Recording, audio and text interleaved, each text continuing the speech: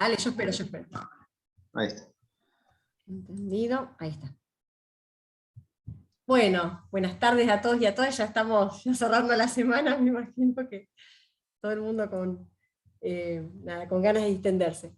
En este trabajo que voy a presentar se denomina La interdisciplina en pos del mejoramiento barrial, experiencias en el borde urbano de la ciudad de Mar del Plata.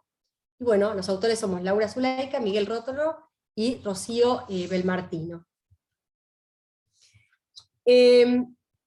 Bueno, todos sabemos, por supuesto, que la pandemia por COVID y todas las medidas de aislamiento y distanciamiento social han profundizado muchas condiciones de vulnerabilidad, sobre todo en Mar del Plata, en las áreas del borde urbano y en las áreas periurbanas. Y bueno, analizar cuáles han sido las problemáticas de estos barrios y la capacidad de respuesta frente a la emergencia es un desafío, ¿no es cierto?, para la gestión local para hacer frente a la emergencia y mejorar la calidad de vida.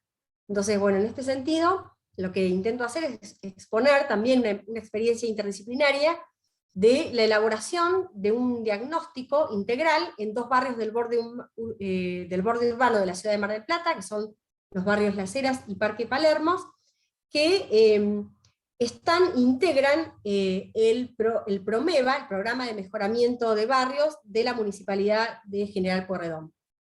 No sé si todos lo saben, pero bueno, el PROMEBA es un programa financiado por el BID, que se ejecuta en diferentes municipios, y bueno, tiene como finalidad mejorar la calidad de vida y contribuir a la inclusión urbana y social de diferentes hogares, y en este caso el programa tiene asiento en los barrios Parque Palermo y Parque Hermoso, que ahí los marqué en la ciudad de Mar del Plata. Los barrios tienen características bien distintas, uno es más del borde urbano, con características de la población que vive más de la construcción, changarines, bueno, algunos trabajan en la quema. Parque Hermoso tiene además gente que vive también en las quintas, en las huertas, como que está más próximo al área rural, y también se desarrollan este tipo de actividades. El diagnóstico tuvo dos objetivos principales. Por un lado, conocer el impacto de la pandemia y la capacidad de respuesta, y por otro, definir un conjunto de propuestas en materia de capacitaciones, que era el financiamiento con lo que se contaba para hacer. Es decir, había un financiamiento para brindar determinadas capacitaciones que fueron ajustadas en función de ese diagnóstico realizado. En función de estos objetivos, se definieron como dos enfoques principales, uno bien cuantitativo, vinculado con los aspectos relativos a la vulnerabilidad socioambiental, y otro más cualitativo, que aborda la resiliencia comunitaria, es decir, esa capacidad de respuesta, y la formulación o la generación de las propuestas. Lo que hicimos en primer lugar, que no contamos por supuesto con datos actualizados, pero es sobre la base 2010, actualizamos luego con información cualitativa, construimos un índice de vulnerabilidad a partir de diferentes indicadores que pueden marcar, si bien los datos son diferentes, sí podemos detectar cuáles son los sectores más críticos que están pintados en rojo en materia de vulnerabilidad, y dónde enfocar, ¿no es cierto?, las acciones. Esto desde lo cuantitativo. Desde lo cualitativo, lo que hicimos fueron varias entrevistas a referentes barriales, organizaciones, también a centros de salud, escuelas, para poder caracterizar cualitativamente los resultados que obtuvimos. Y algo que nos llamó mucho la atención es que durante la pandemia se ocuparon nuevas áreas que antes no lo estaban, es decir, se observan un montón de asentamientos nuevos y de ocupación de tierras en estos sectores que ahí marcamos en amarillo sobre las vías del tren, y algunos terrenos que estaban vacantes y que ya hoy están ocupados. Por otro lado, hicimos un relevamiento ambiental que se vinculaba sobre todo a la presencia de focos de contaminación por basurales, y también hicimos un relevamiento del estado de los espacios públicos. Bueno, desde el punto de vista cualitativo, nosotros definimos a la residencia comunitaria como esa capacidad de hacer frente a la adversidad y sobreponerse, ¿no? Que acá vemos que la resiliencia, además de poder considerarse desde lo individual, como seguramente lo interpretarán más desde lo psicológico, nosotros hablamos de del concepto de comunidad para juntarse y para poder colectivamente responder ante situaciones de crisis o anticiparse, como puede ser un desastre natural o en este caso la pandemia.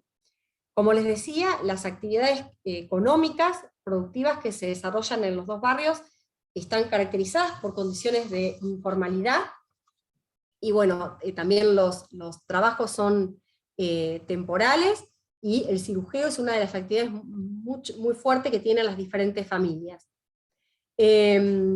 A su vez, bueno, en este contexto por pandemia, las familias que vivieron cada vez más de la basura se multiplicaron, porque era la única salida laboral para poder atender a la subsistencia personal y además vender los productos recuperados.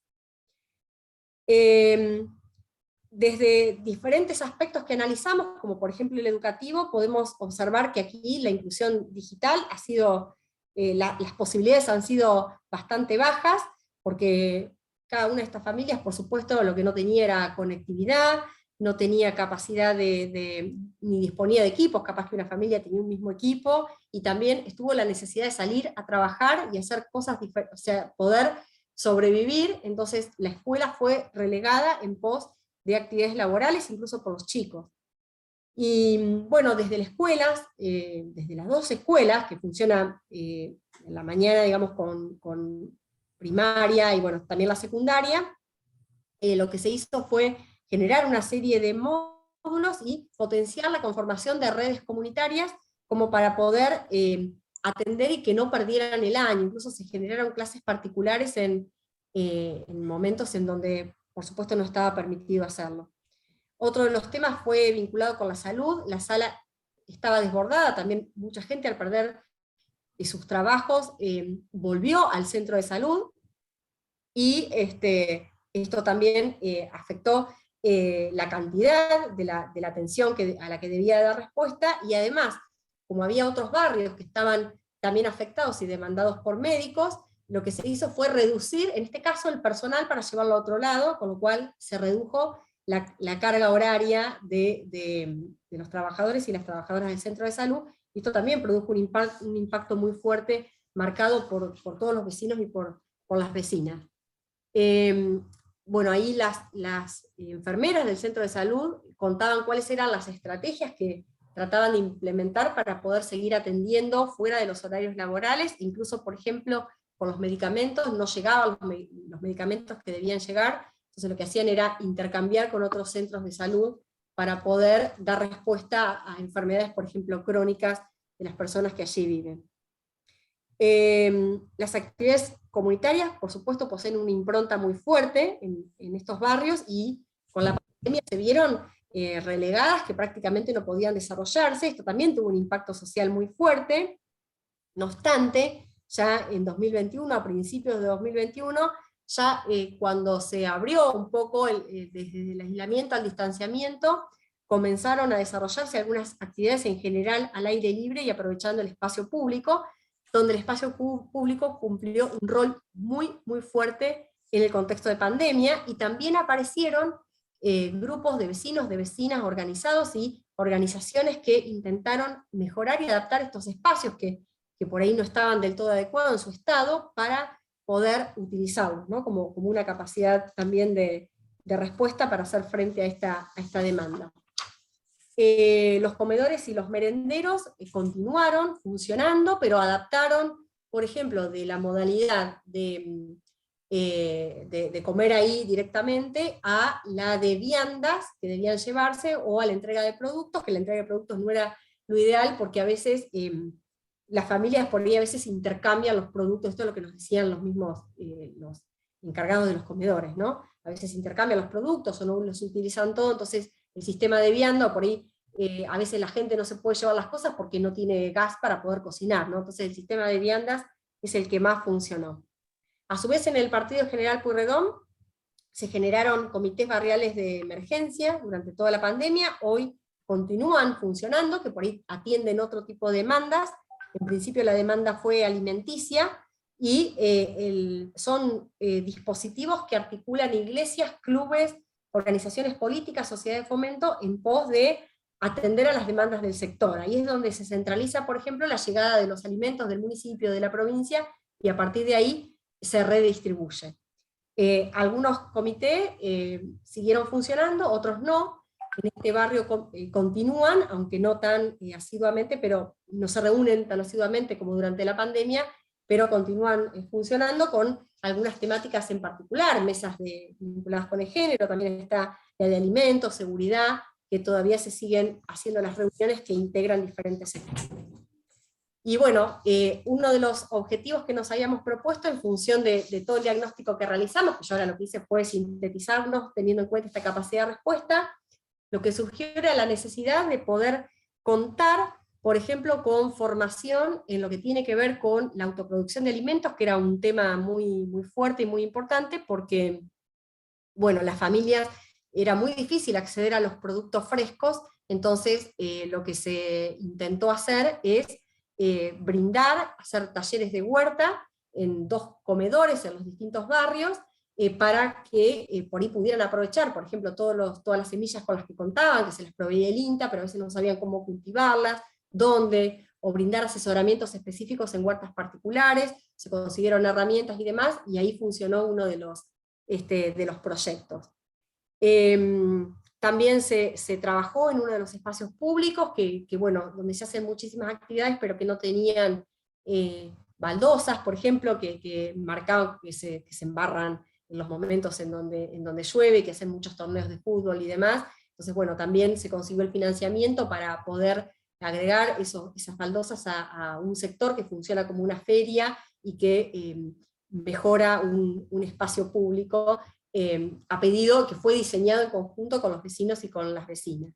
Como les decía, en el taller de huerta también se hicieron algunos plantines que se fueron repartiendo en las diferentes viviendas, y otra de las apuestas interesantes fue el taller de electricidad, que estuvo a cargo de Miguel, que es el arquitecto del equipo, y bueno, él lo que se trabajó ahí es las conexiones seguras, ¿no? Cómo hacer que las conexiones sean seguras, en donde lo que se hacía era brindar una capacitación a las familias, que por supuesto durante la pandemia por ahí ampliaron sus viviendas, conectaron enchufes, o sea, hicieron lo que pudieron, y aquí lo que se hizo fue la conexión completa, toda la instalación de luz nueva en varias de las viviendas, que marcaban, o que los referentes marcaban que tenían algunas problemáticas complejas, o niños, o problemas de seguridad, y el objetivo no era solamente hacerles la instalación eléctrica, sino que tuvieran una capacitación.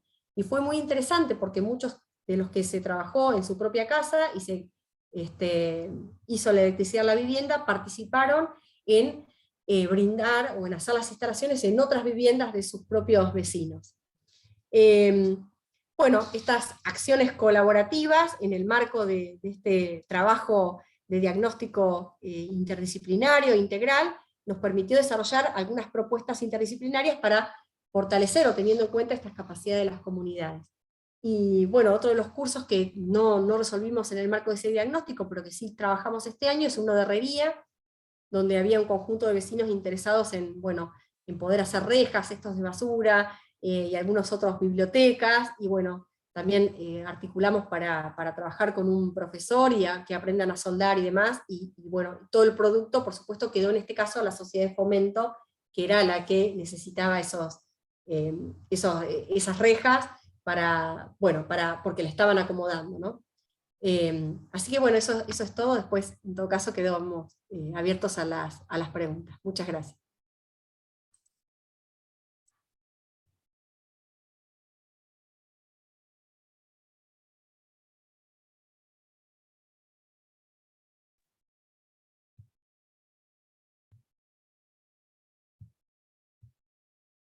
A ver. Estoy con una especie de... estaba con un problema técnico, pero ya se resolvió. Fran, no sé si querés que empiece ya a presentar. ¿Quién sigue, yo? Sería vos mismo, sí. Bueno. Por tanto, quienes quieran ir dejando preguntas por el chat para que lo tomemos al final, tenemos esa vía. Espera un poco que tengo... espérenme un segundo.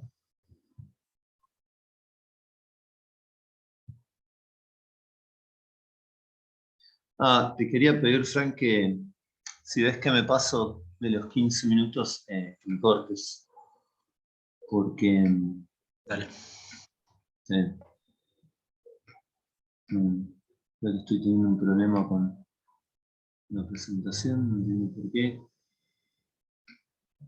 Vamos con un 1.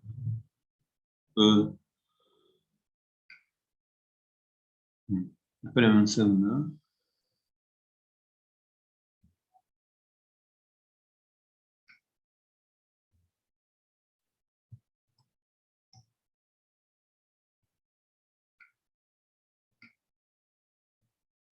Ahí está. El tiempo igual te lo descontamos, Fede.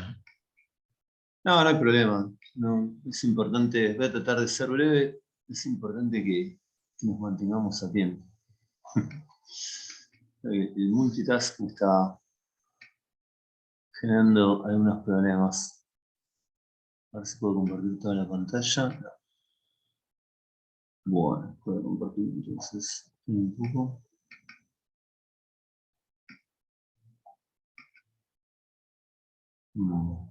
Ahí está.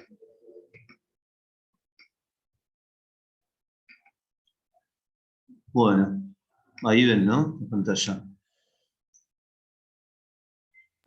Sí. Bueno, comienzo.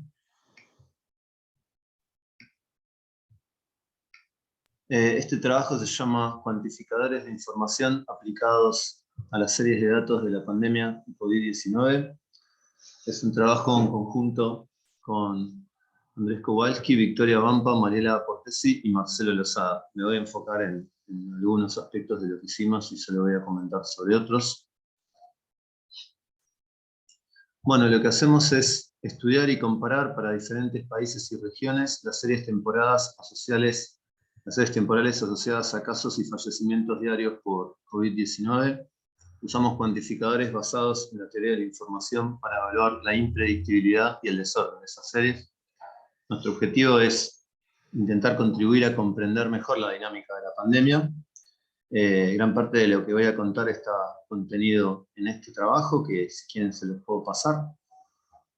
En una segunda etapa también elaboramos un reporte técnico en el cual analizamos la correlación entre el número de casos y muertes y el incremento de la movilidad. Nuestro estudio sugiere que las clases presenciales contribuyeron al esparcimiento de la COVID, con el consecuente impacto en la provincia de Buenos Aires, ¿no? Con el consecuente impacto en otras regiones del país. Y este es el informe que le hicimos también en colaboración con gente del UNLP. Bueno, voy a hablar un poco de qué son estos cuantificadores.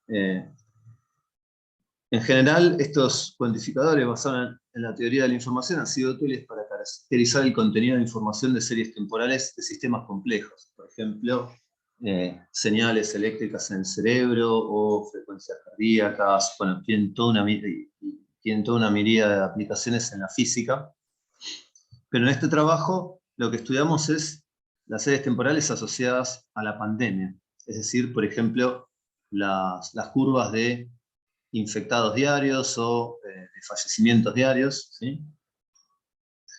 Y el objetivo es intentar tener una mirada alternativa a su dinámica, tratar de entender mejor algunas cuestiones de la dinámica de estas variables, ¿no? Entonces, la interpretación de los datos es crucial para el desarrollo de medidas efectivas de contención, supresión y mitigación del efecto de la pandemia. Es decir, es importante intentar adelantarse y comprender mejor cómo es la dinámica de esos factores, porque ese tipo de curvas, ¿no? de fallecimientos y de casos diarios, o semanales, si quieren, terminan influyendo en la decisión de políticas, en la toma de decisiones, ¿no? de políticas públicas. Ahora, el abordaje involucra necesariamente muchas dimensiones, dado que el comportamiento de estas curvas depende de múltiples factores. Es decir, tanto el crecimiento de casos como de fallecimientos es un fenómeno multicausal. No hay un único motivo por el cual suben o bajan los casos y las muertes. Entonces, eso hace que el análisis tenga que tener en cuenta las miradas de distintas disciplinas, por más que en el equipo la mayoría venimos de las áreas de física y matemática. Bueno, el trabajo implica usar herramientas de programación, después hay todo un trabajo de compilación de datos que tiene muy poco que ver con la física, ¿no? Uno tiene que ir a distintas fuentes que ponen a disposición los datos para poder preprocesarlos, prepararlos, porque uno primero tiene que generar estas curvas o generarlas de una manera que le sirva para realizar los cálculos, y después de que están hechos todos los programas y todo, se puede empezar a analizar desde el punto de vista matemático y desde el punto de vista físico, ¿no? A ver qué es lo que está ocurriendo. O desde el punto de vista de la dinámica, ¿no? Esto no es física, pero tampoco es sociología. Bueno, involucra necesariamente un montón de miradas, y es por eso que es un desafío. Bueno, entonces, hay diferentes indicadores que muestran un comportamiento impredecible, sobre todo en el corto y mediano plazo, porque hay muchos trabajos que se enfocan en modelar la dinámica, no es lo que hacemos nosotros, y que tienen un relativo grado de exactitud, pero claro, estas predicciones funcionan a largo plazo, pero ahora lo vamos a ver, y ustedes lo han visto, que las curvas tienen en el corto plazo, digamos, en el periodo de días y semanas, una variabilidad muy grande. Y por ahí en una semana dicen, bueno, están bajando los casos. Y entonces estaba la gente, bueno, ahora se puede salir. Bueno, y después están subiendo. Pero bueno, entonces, en general hay que tener en cuenta eso y hay que entender qué son esas fluctuaciones, de dónde vienen, por qué se producen. Bueno, es un tema muy complicado, no es que nosotros vayamos a dar la respuesta, pero nuestro estudio intenta concentrarse en eso, en la impredictibilidad, en el desorden que hay en esto. Entonces, predecir el comportamiento de estas series temporales tiene muchos aspectos que, en general, representan un desafío para la comunidad de investigación. Entonces, una de las herramientas que usamos es la entropía de permutaciones. Me voy a saltar un poco las cuentas porque tardé mucho en empezar, pero lo que se hace básicamente es, dada una serie temporal, es decir, una magnitud que podría ser casos de infección diarios, que va tomando distintos valores todos los días, uno se fija cómo son distintos patrones ordinarios. Por ejemplo, hay una magnitud que es importante, que es la dimensión de embedding, que si, por ejemplo, un día tengo 10 casos, 8, si tomo d igual a 3, tomo tríadas, ¿no? Voy partiendo la serie en intervalos cortos de 3 días, y, por ejemplo, a esta secuencia 10, 8, 9, la mando a un patrón simbólico, 3, 2, 1, o BAC, o BCA, ¿no? Si quieren, y al 7, 3, 2, como 7 es mayor que 3 y 3 es mayor que 2, la mando al 3, 2, 1. Y así, reemplazo a la serie temporal por una colección de caracteres simbólicos, y a partir de eso se hace un histograma que da lugar a una distribución de probabilidad.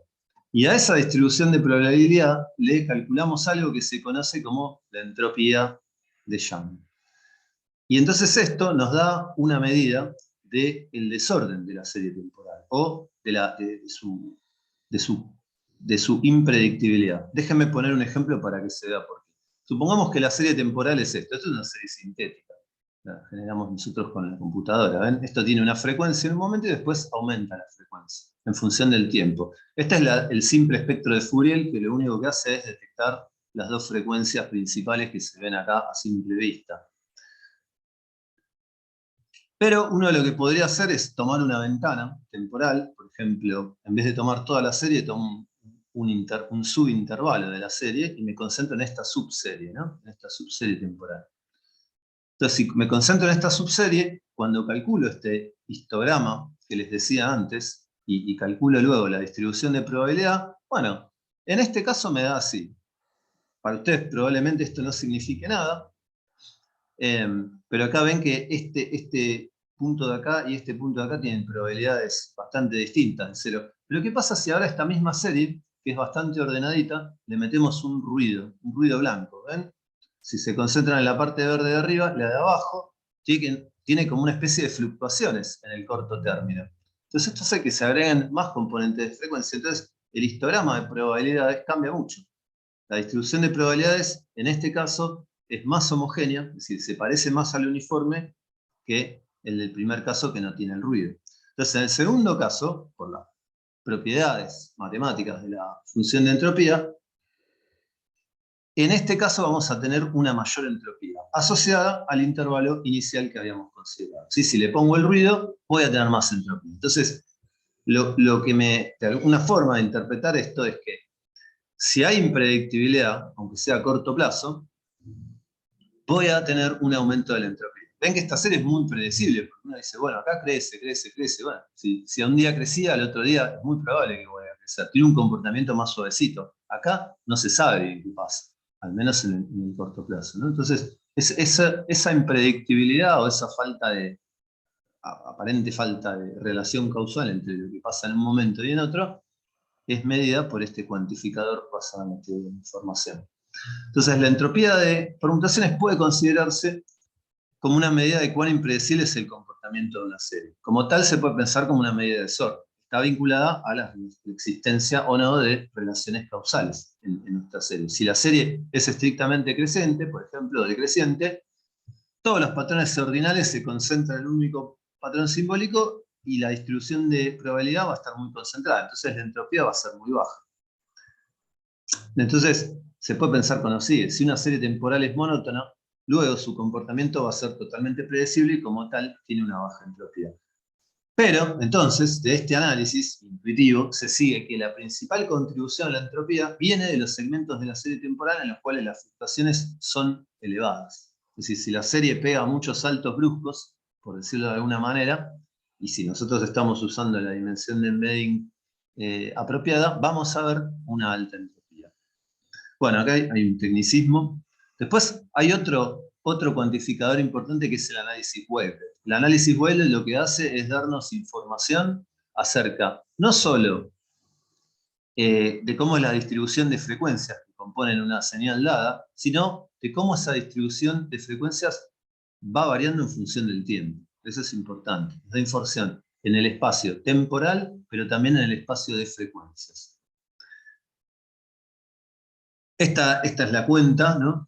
No voy a entrar en detalle de las cuentas, pero para calcular la transformada wavelet se usan unas wavelets que se llaman madres o matrices. Entonces hay distintas posibilidades, bueno, puede variar el resultado del análisis, pero lo importante es que a partir de ver esta distribución en el espectro de frecuencias y tiempo, uno puede calcular también una distribución de probabilidad. Y esa distribución de probabilidad nos da información de cuán rica es la serie desde el punto de vista de la complejidad en el espacio de frecuencias. Entonces, a partir de eso, usando la fórmula de Shannon, se puede calcular también la entropía Wavelet. Entonces, ven, por ejemplo, acá tenemos el mismo caso. Tengo con ruido y sin ruido. Cuando le pongo ruido, bueno, cambia un poco la distribución de probabilidades y me puede cambiar la entropía Wavelet. Bueno, entonces, usamos estos cuantificadores apelando a un método de ventanas móviles. Para cada segmento de la serie temporal original, calculamos las distribuciones de probabilidad asociada y analizamos entonces el comportamiento de los valores medios de las entropías Wavelet y de permutaciones, haciendo ventanas que se van corriendo a lo largo de toda la serie. Es importante remarcar que ambas entropías decrecen cuando las curvas se suavizan. Eso es algo que vemos. Entonces ven, esta es una ventana sola. La serie total es todo lo rojo, pero acá tenemos una sola ventana.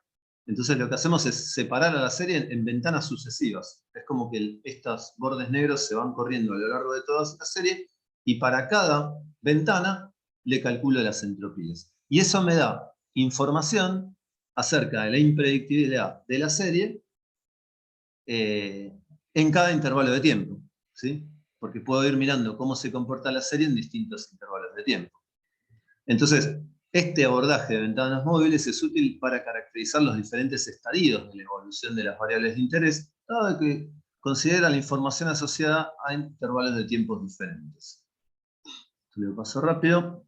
Bueno, entonces esto nos permite ver un poco qué ocurre con esas fluctuaciones de las que les hablaba antes, ¿no?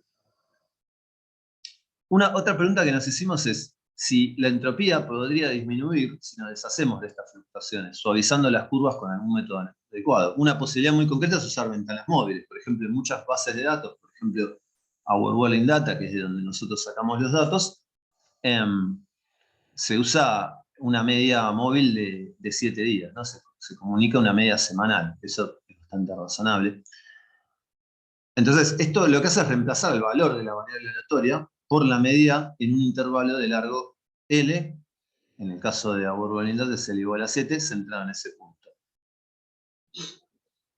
Entonces, si L se incrementa, hacemos que estas fluctuaciones que aparecen en el corto plazo se suavicen de algún modo, entonces, consecuentemente, uno espera una baja en entropía. Entonces, nosotros aplicamos este método a curvas de infectados y fallecidos diarios, y la dinámica, es importante tener en cuenta esto, ¿no? Que la dinámica de la serie temporal, es decir, cómo varía la variable que estamos observando,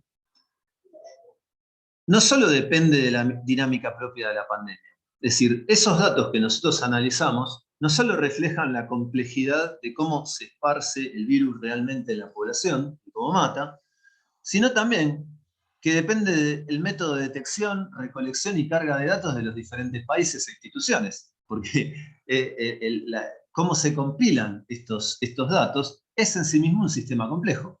Porque requiere de datos de distintos hospitales, de distintos sectores de un dado país o región, que después se tienen que coordinar. Y no necesariamente, a veces, si se fijan las curvas, hay días en donde aparece de repente un salto muy, muy imprevisible en la cantidad de muertos. Bueno, eso quiere decir que por ahí ese mismo día se cargaron datos de otros días. Entonces hay todo un lío ahí. Entonces ya las curvas que comunica cada país son complejas de analizar, no solo porque la evolución de la pandemia es compleja, al menos sí, en el corto plazo, en el mediano plazo, es muy difícil de predecir lo que va a pasar la semana que viene, cuando hay muchos casos, sino que también la adquisición de datos es todo un tema en sí mismo. Y bueno, podría estar provocando efectos que uno tiene que intentar discernir, ¿no? Entonces, en el análisis. Entonces, algunos países exhiben un comportamiento un tanto atípico. Entonces, de esos países uno puede sospechar, bueno, ¿de dónde viene esto? ¿Es que la pandemia realmente se comportó así en ese país? ¿O es que cargan los datos de una forma rara? ¿O no realizan la cantidad de testeos suficientes? Bueno, es todo un tema. Esto lo cuento simplemente para dar una idea, ¿no? del problema, ¿no? De la dimensión del problema. Bueno, entonces estudiamos cómo cambian los valores medios de las entropías cuando se suavizan la curva. Entonces, por ejemplo, acá tienen una curva, no leo la parte de arriba, este es Costa Rica, por ejemplo. Ven que acá tiene como piquitos.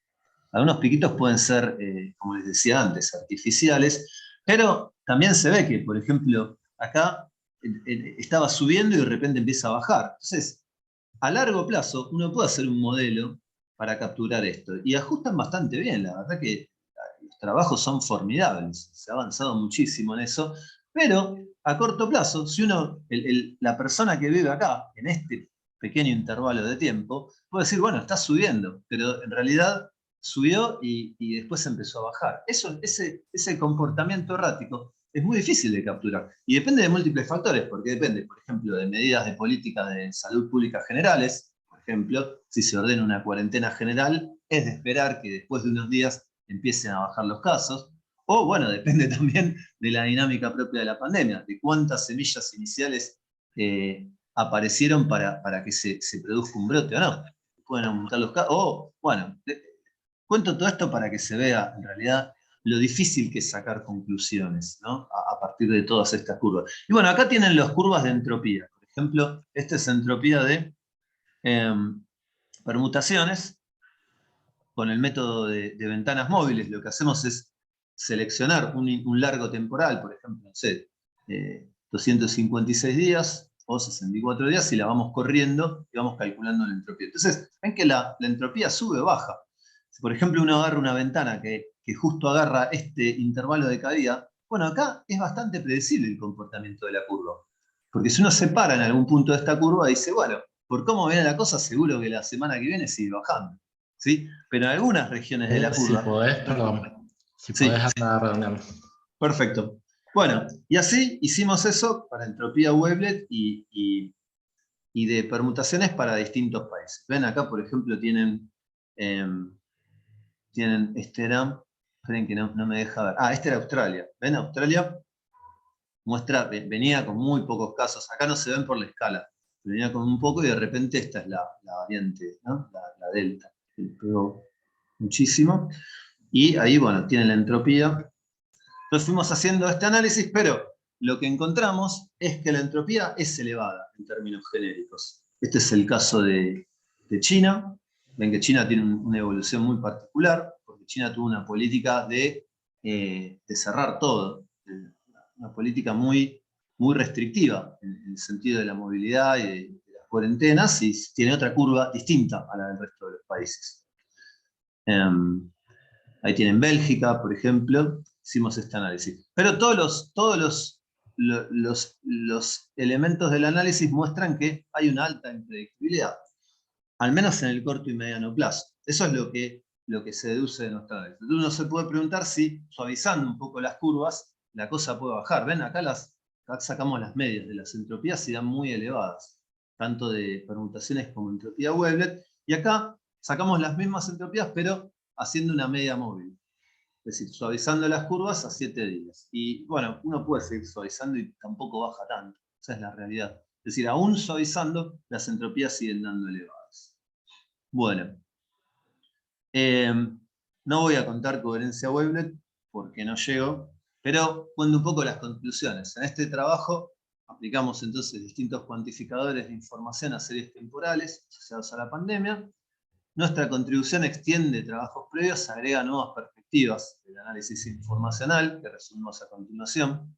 Analizamos el comportamiento del método de ventanas móviles y encontramos que, incluso si las curvas se suavizan, los valores medios de los cuantificadores entrópicos decrecen, pero se pueden seguir considerando elevados, aún así. Esto indica que hay una impredictibilidad alta en estas series temporales, ¿no? Es decir, uno podría decir que más allá de las fluctuaciones inherentes a la carga y comunicación de los datos, y por ahí a limitaciones nuestras en nuestra capacidad para analizar los datos, nuestros resultados sugieren que a corto y mediano plazo es decir, es tan compleja la evolución de la pandemia que tiene un alto nivel de impredictibilidad. Bueno, y estos cuantificadores informacionales permiten ponerle un número a eso. No es que tengamos todas las respuestas, ¿no? Pero creemos que este abordaje puede dar algunas pistas para enriquecer nuestra perspectiva de la pandemia. Bueno, acá tengo algunas citas donde pueden ver aplicaciones de este tipo de cuantificadores a otros problemas, por ejemplo acá en problemas de biomédicos y de física, y acá tienen uno de nuestros artículos, el artículo que hicimos, en el cual pueden ver con más detalle todo esto. Bueno, les agradezco y termino acá, porque, perdón si me pasé, pero calculé mal.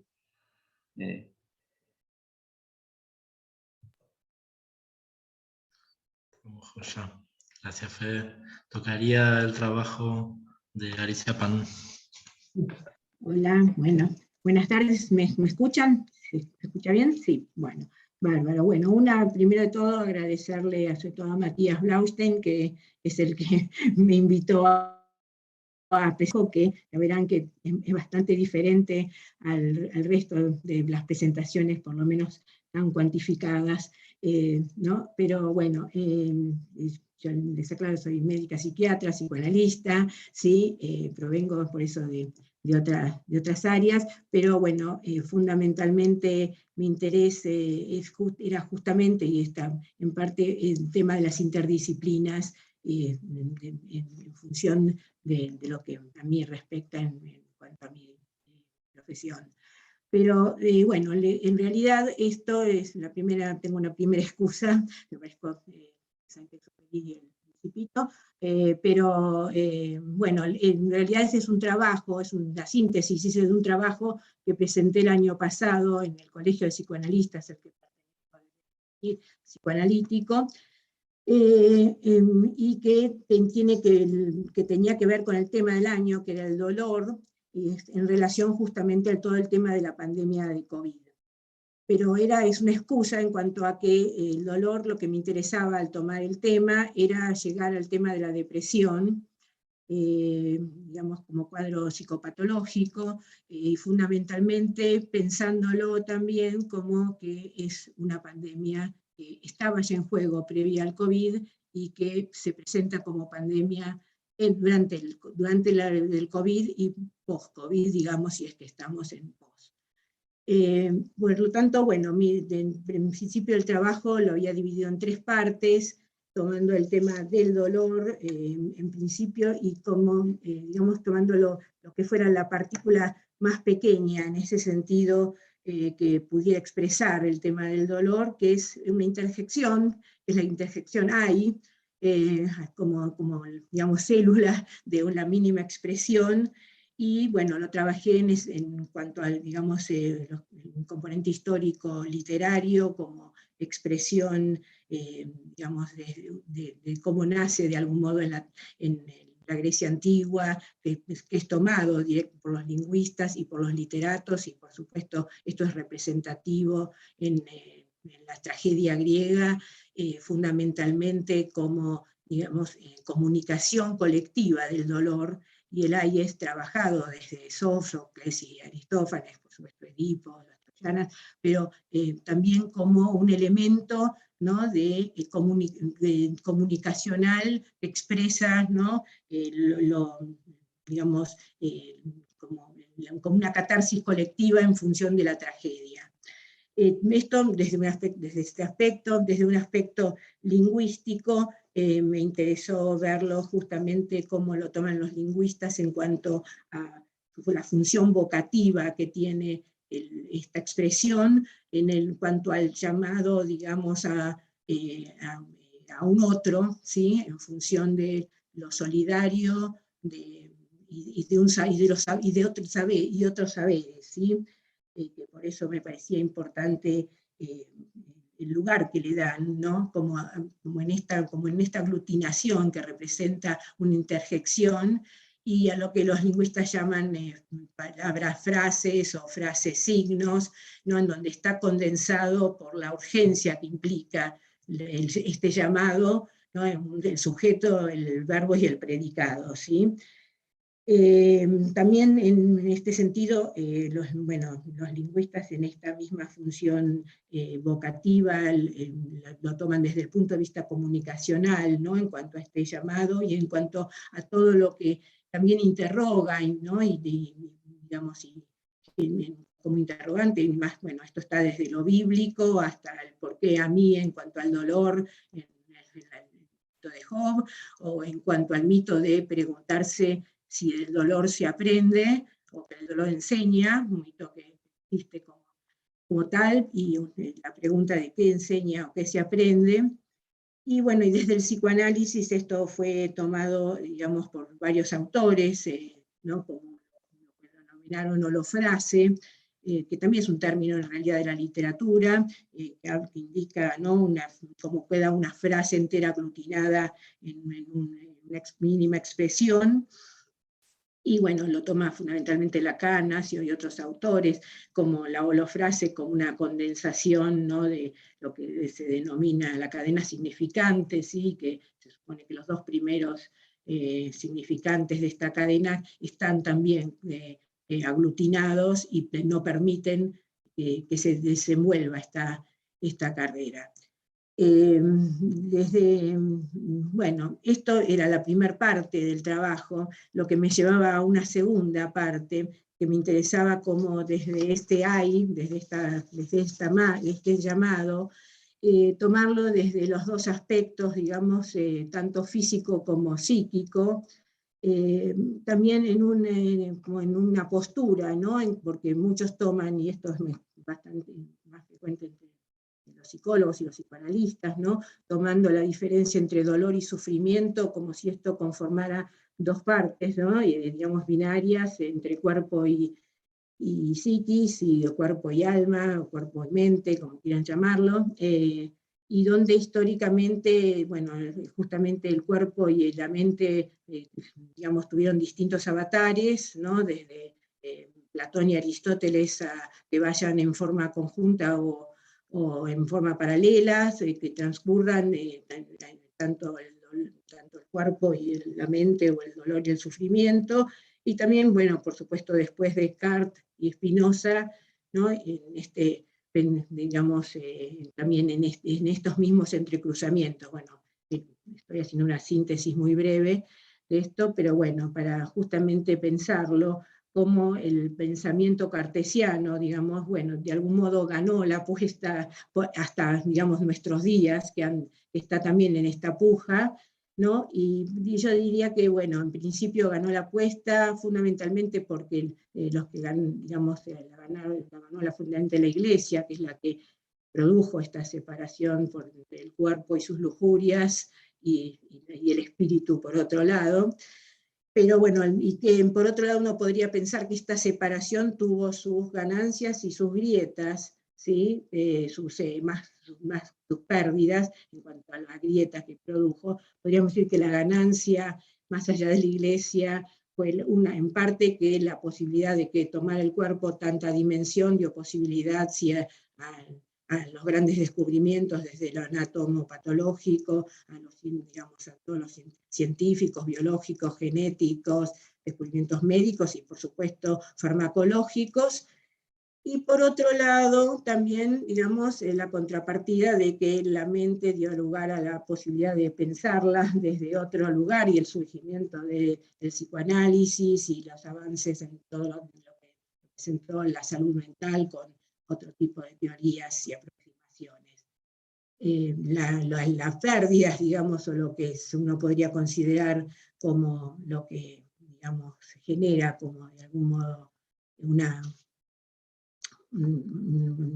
pérdida, digamos, es la grieta que se generó entre estas dos, en este hiato, digamos, del cuerpo y mente, y que es fundamentalmente como frente a cualquier binarismo de algún modo ingresa el neoliberalismo y el capitalismo, y con esto, con todos sus instrumentos y toda su maquinaria, fundamentalmente lo que se refiere al nivel farmacológico, a las medicinas alternativas o a las religiones diversas, que bueno, no por quitarles el valor en cuanto a la efectividad de alivio, ¿no? Frente al dolor, ¿no? y al sufrimiento, sino por lo que representan en cuanto al afán lucrativo, ¿no? de lucrar con el dolor. Y bueno, y el tercer punto, y es el que por ahí me interesa más que nada para estas jornadas, por lo menos que me interesaba a mí compartir con ustedes y poder tomar cosas que me pudieran brindar, ¿no? Estas charlas que de hecho me lo han hecho, es el dolor y sufrimiento como la base de la depresión, ¿sí? Y por supuesto que de otros cuadros psicopatológicos. Me interesa particularmente la depresión, por esto que yo les decía antes, porque fue considerada por la Organización Mundial de la Salud y por varias entidades como una pandemia que ya se programaba, estaba prevista para el 2000 y para el 2000, no sé si me escuchan, que para el 2020 específicamente, pero que, digamos, bueno, tomó absolutamente dimensión actualmente. Y si bien, digamos, bueno, lo que se fue generando es esta confrontación, diríamos, entre lo que se dio como el paradigma cartesiano y, digamos, la posibilidad de complejizar esto con los nuevos paradigmas de la complejidad, ¿no? Y entre ellos, por supuesto, el tema de la interdisciplina. Me parece importante también para que justamente, ¿no? Y me parece que esto digamos, no nos tome como la pandemia del COVID desprevenidos, ¿no? Y bueno, poder pensar un poquito esto desde aquí, ¿no? Tanto podríamos decir que tanto del tema de las neurociencias, la psicofarmacología, las terapias tanto psicoanalíticas como conductuales, cognitivas, sistémicas, varias, han encontrado como de algún modo, bueno, sus limitaciones, más allá de todo lo que han logrado en la historia, ¿no? del transcurso de todos estos años, pero en este momento se han encontrado con sus limitaciones frente al avance, ¿no? Que viene en avalancha, esta recesión. De hecho, bueno, ustedes saben que han aumentado en la última semana económicamente, no se ha duplicado lo que es la participación del Estado en los temas de salud mental. Porque esto va en detrimento, por supuesto, no solamente de la salud, sino también de la economía y demás. Por lo tanto, me parece que es indispensable en este momento, y viendo estas limitaciones, tratar de compartir esto y recurrir a otras disciplinas, ¿sí? A otros saberes, ¿sí? Bueno, me parece básico lo del diálogo de saberes de Paulo Freire tomado desde la pedagogía, pero también me parece básico, digamos, muchas de las cosas que se plantearon acá, pero también tomando como referencia, por lo menos yo a mí particularmente he tomado como referencia a Rolando García y Piaget y Edgar Morin, que me parece que son los grandes referentes que tenemos para por lo menos trabajar el tema de la interdisciplina en sí. Me parece que, bueno, terminaría, ¿no? con una frase de Rolando García, que me parece que como frase es muy pues, interesante, por lo menos para mí, pero también para trabajarla, ¿sí? Rolando García dice: una interdisciplina es cuando dentro de un equipo un miembro de una especialidad es capaz de hacer preguntas a otro miembro de otra disciplina que ese otro no se había formulado. Pero agrega: las grandes transformaciones se dan cuando se encuentran nuevas preguntas para problemas viejos, pero no se trata solo de encontrar respuestas más adecuadas a preguntas ya bien formuladas, sino hay que poner en tela de juicio las preguntas mismas que resultaron insuficientes o no alcanzaron a una solución integral. Y de Edgar Morin me parece importante de lo que él plantea, de que no se plantee las interdisciplinarias como una dialéctica, porque eso implicaría querer llegar a una síntesis, sino que él habla más de la posibilidad, tomándolo como un diálogo, que implicaría una vinculación, ¿sí?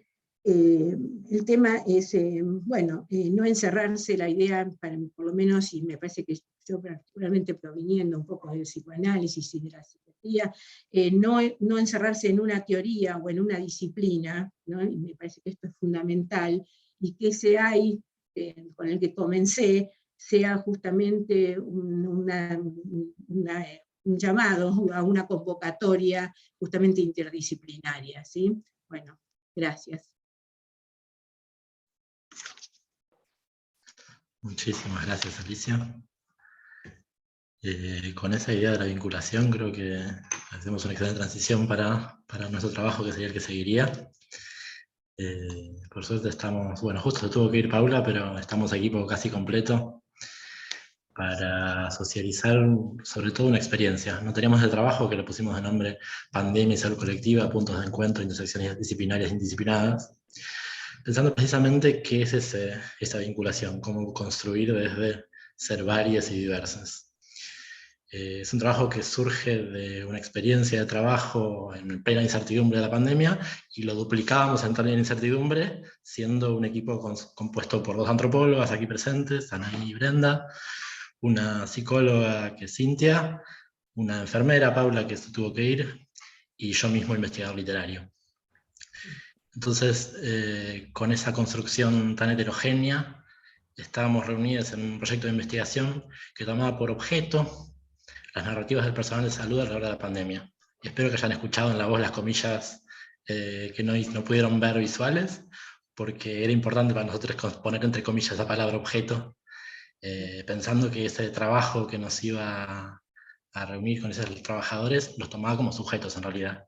No pensarlos como un objeto estéril que estaría allí disponible para que fuéramos a hacer alguna clase de extractivismo académico que los funcionalizara, sino que era realmente un espacio de interlocución en el que nuestras trayectorias profesionales previas nos ponían en condición de escuchar esas voces y responderles de manera específica, o mejor, inespecífica, precisamente. Era un trabajo que se desarrollaba en el marco de un proyecto de la convocatoria PISAL COVID-19 de la agencia, que se llamaba Transitar de la pandemia al post-pandemia, desafíos y posibilidades de los nuevos escenarios en la salud pública desde la narrativa de sus trabajadores y trabajadoras. Como tal, era un proyecto que se construía federalmente, era una serie de nodos a lo largo de todo el país.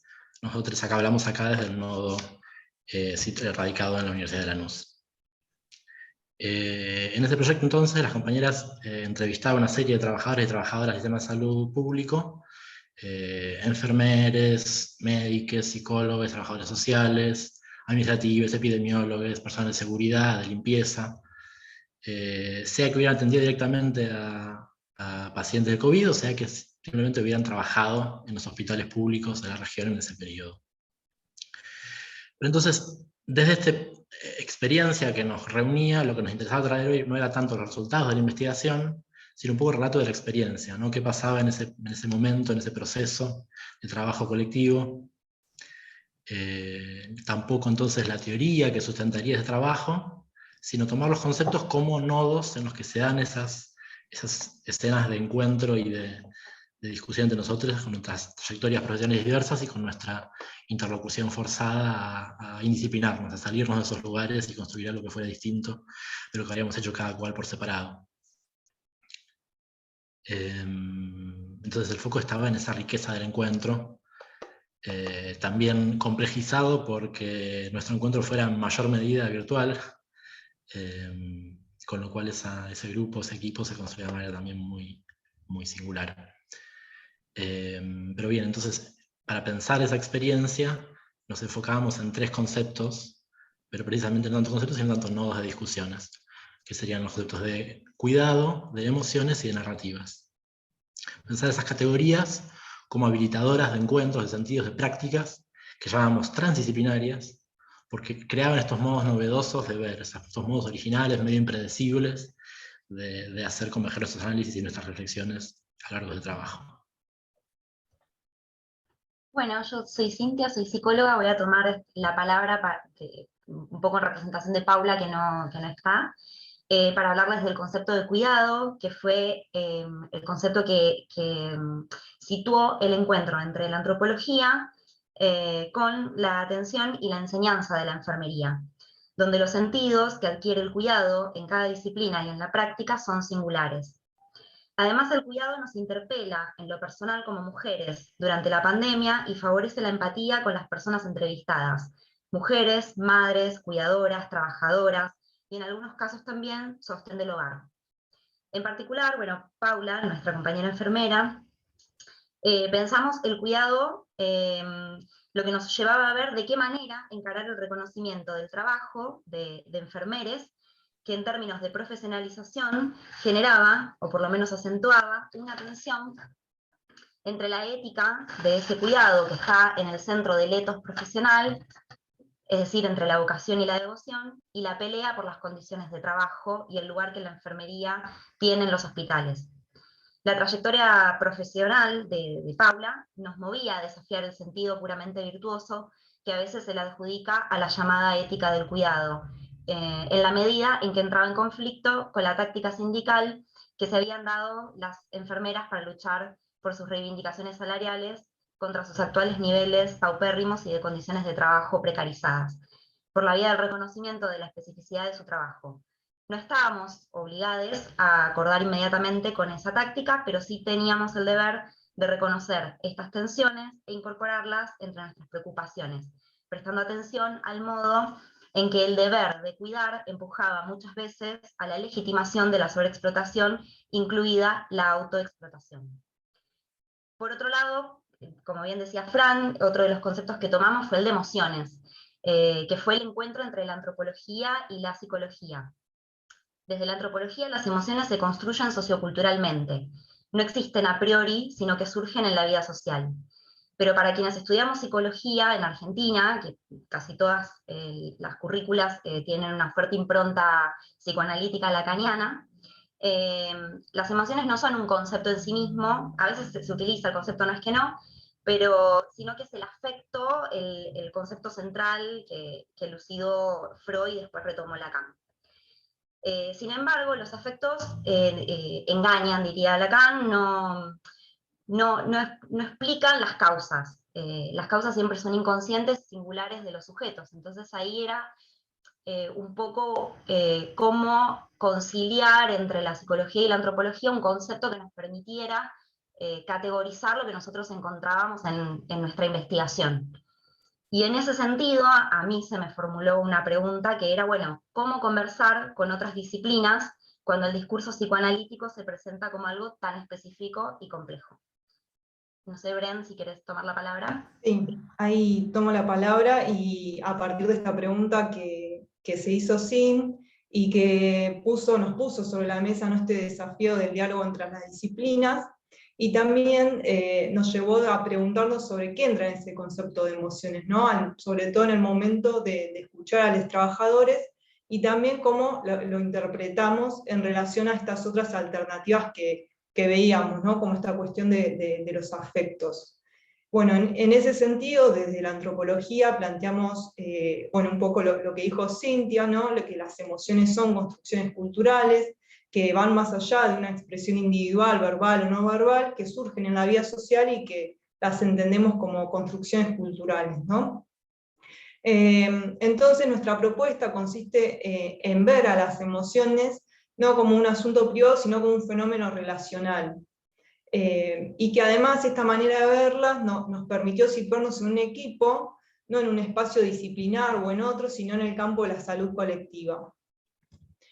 Y al mismo tiempo, este diálogo que nos propusimos como equipo se orientó a poder superar esta dicotomía que surge mucho cuando se habla también de las emociones de mente y cuerpo, y que desde las mismas entrevistas observamos que no se expresa esa dualidad, sino que se muestran como desde la antropología se ha definido como un pensamiento corporizado o encarnado, ¿no? Y que nosotros añadiríamos a ese concepto la idea de narrativas corporizadas y encarnadas, ¿no? Es decir, interpretaciones involucradas con el cuerpo. Y otro punto que nos pareció interesante en nuestro intercambio es poder introducir la perspectiva de género. Y en ese sentido, poder reflexionar y visualizar sobre todo quiénes se permitieron la emoción, quiénes se permitieron emocionarse, ser sensibles, y hablar con las entrevistadoras acerca del miedo y la incertidumbre que les habita, digamos, particularmente en el momento de la pandemia. Y a su vez esto también nos devolvía críticamente a estas construcciones psicoanalíticas que nos sintetizó muy bien Cintia, y que consideramos que requieren una crítica, una revisión feminista, ya que se habían tornado un poco anacrónicas y sobre todo entrando en conflicto, digamos, con nuestra propia compañera en este caso y con respecto a su profesión de la psicología.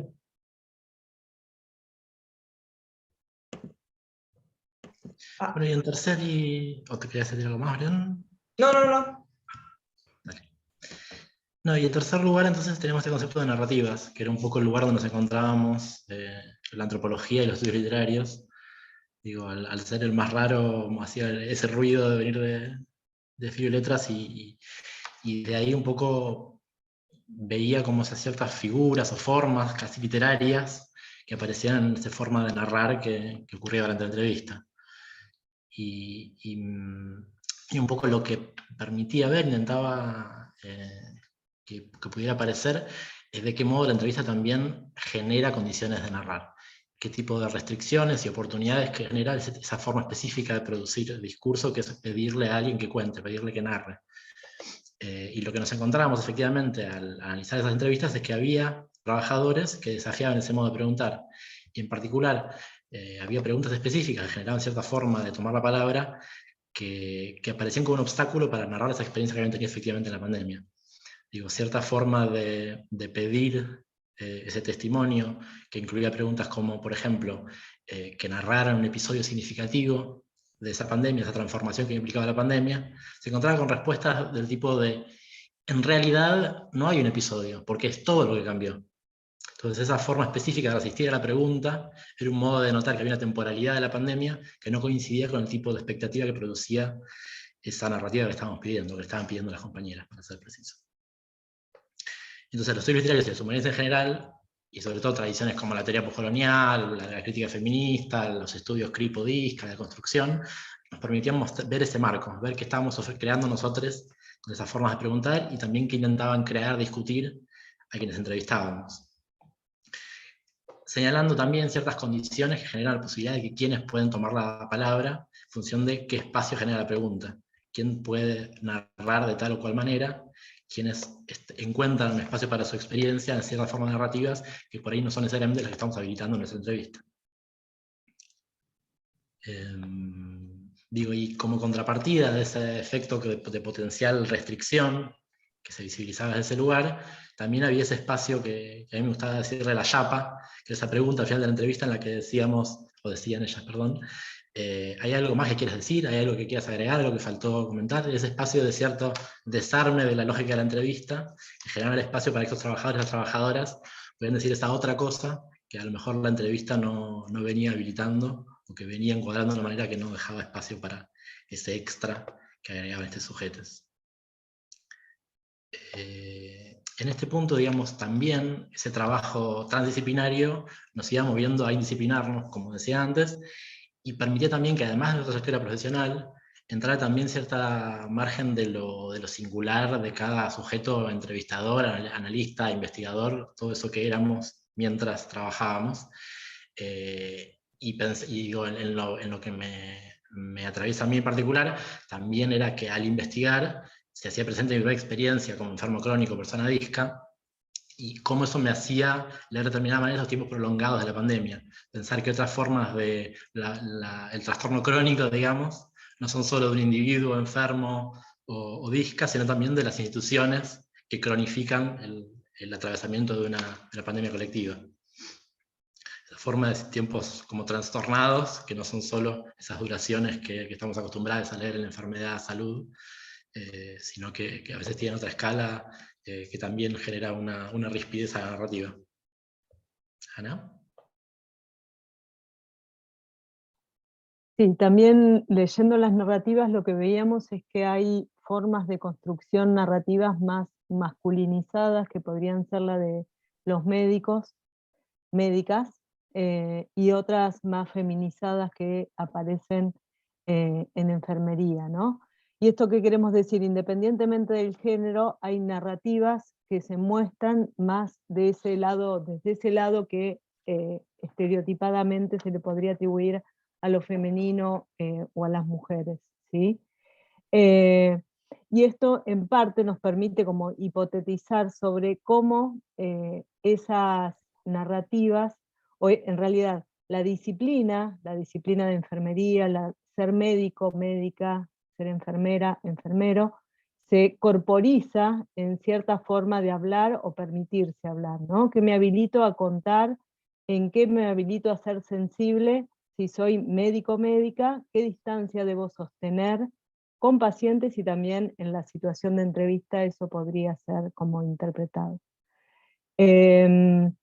Entonces, estas cuestiones que veíamos en las entrevistas también nos permitían o nos devolvían hacia reflexionar sobre qué vínculo establecemos nosotras, nosotres, con las personas que estamos entrevistando, qué relaciones establecemos como investigadores, y con otros actores sociales para los cuales producimos conocimiento, ¿no? Políticos, trabajadores de la salud, que también estábamos, a quienes directamente estábamos involucrando en nuestro trabajo. Y en relación a esto, a esta pregunta de para quiénes producimos, para qué producimos conocimiento, aparece una anécdota que podríamos contar, que es que en el marco de esta convocatoria la idea era aportar a políticas públicas, entonces tuvimos la oportunidad de generar un documento, que eran 2 hojitas que nos pidieron, que era la posibilidad de que fuera presentado por alguien del gobierno en una reunión de gabinete. Sin embargo, nunca tuvimos una devolución sobre eso, si fue presentado, si no fue presentado. Eran un montón, 3 hojitas de recomendaciones a partir de la producción de conocimiento, ¿no? Entonces está esa expectativa de producir para, sin respuesta, pero también está la respuesta inesperada que obtenemos a veces, o que nos mandan un mail, o que nos comentan personalmente, trabajadoras, trabajadores de la salud, que nos dicen, leí esto, leí el artículo, leí eso que presentaron, o esa entrevista, la vi, la escuché, y esa identificación que sienten con los datos que producimos, o con la información que producimos, que también es como un poco la expectativa de, o un poco la respuesta de para qué, para quiénes producimos este conocimiento, ¿no? Y también un poco en esta pregunta es contra el olvido también, ¿no? Porque en estas narrativas, en estas voces quedan plasmadas un montón de situaciones que preexisten y que quizá persistan post pandemia, pero también algunas muy singulares de la coyuntura de la pandemia en particular, que creemos importante que dé ese registro, sostener ese registro como para seguir pensando en relación a cualquier emergencia epidemiológica o sanitaria, digamos. Entonces, un poco para ir cerrando la presentación, la idea de esta presentación era hacer como un ejercicio de reflexividad. En antropología le decimos reflexividad sobre la propia experiencia de trabajo de campo. En este caso sería como una reflexividad transdisciplinaria, cómo relatar este proceso de trabajo, esta articulación que fuimos haciendo durante el trabajo de campo, nos permite relatarnos a nosotros y pensar sobre cómo también nuestras trayectorias singulares atraviesan nuestra lectura y análisis, y cómo en ciencia en general, esto es un ejercicio en particular, pero en cualquier contexto de producción de conocimiento científico, siempre, más allá del objetivismo que en alguna vez, que en algún momento estuvo esa ilusión de objetividad, sabemos que nuestras trayectorias personales, singulares, atraviesan esa construcción y producción de conocimiento. Entonces, también nos permiten esta como unión entre, o esta no separación entre nuestro ser disciplina, antropología, ser disciplinadas como antropólogas, psicólogas, nuestra trayectoria de vida singular, nuestro contexto particular, que era el de la pandemia y el del aislamiento, y cómo eso también involucra lo político, que es de la producción de conocimiento para quién, o cuando nos preguntamos para qué y para quiénes, ¿no? Entonces, un poco cerrando esto, la idea era como esa hilvanar, como a partir de categorías que provienen de los resultados del análisis de nuestros datos, podemos transitar por nuestro proceso de trabajo indisciplinado hasta nuestras trayectorias personales, vínculos, para devolvernos una pregunta que es la pregunta que nos atraviesa a todos, que es ¿para qué y para quiénes producimos conocimiento? Así que, bueno, gracias. No sé si alguien del equipo quiere agregar algo.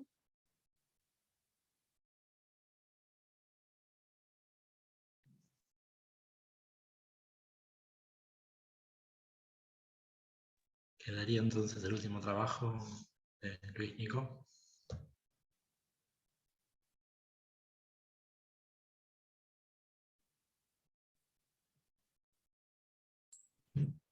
Acá me tira una señal que dice: el anfitrión inhabilitó la función de compartir las pantallas de los participantes.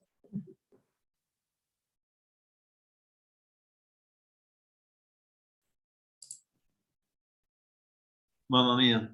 Por ahí alguien tiene que salir, volver a la sala Que no principal tiene, claro. y volver a entrar. Y pedirle a la persona que esté ahí que vuelva a habilitar para que. Eso. Ponga de vuelta.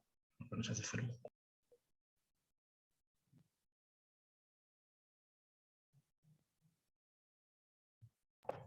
Mientras vuelven Luis y Nico, recuerden que si quieren ir dejando preguntas en el chat para que lo tomemos al final entre todos, lo pueden ir haciendo. Si no, las haremos a alta voz o a viva voz, se dice. Después.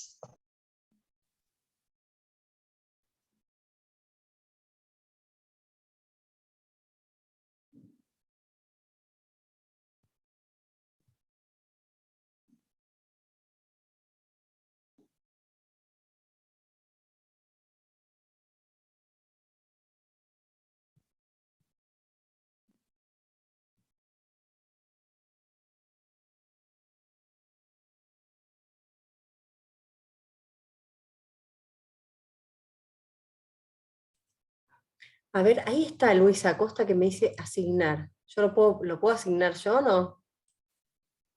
Sí, total. El tema es que vos no creo que Asigno. tengas la capacidad de hacerlos con anfitriones. Claro, me parece que no puedo eso. Ahí yo lo asigné, pero no puedo, a ver. No, no creo que puedas. No. Sí lo Porque puedo en tomar, general, por ejemplo. el tema es que lo que descubrimos es que para confitrionar a alguien tiene que volver a la sala principal. Ah, Claro, por eso las hacemos salir. Pero sí, en realidad no estoy totalmente seguro.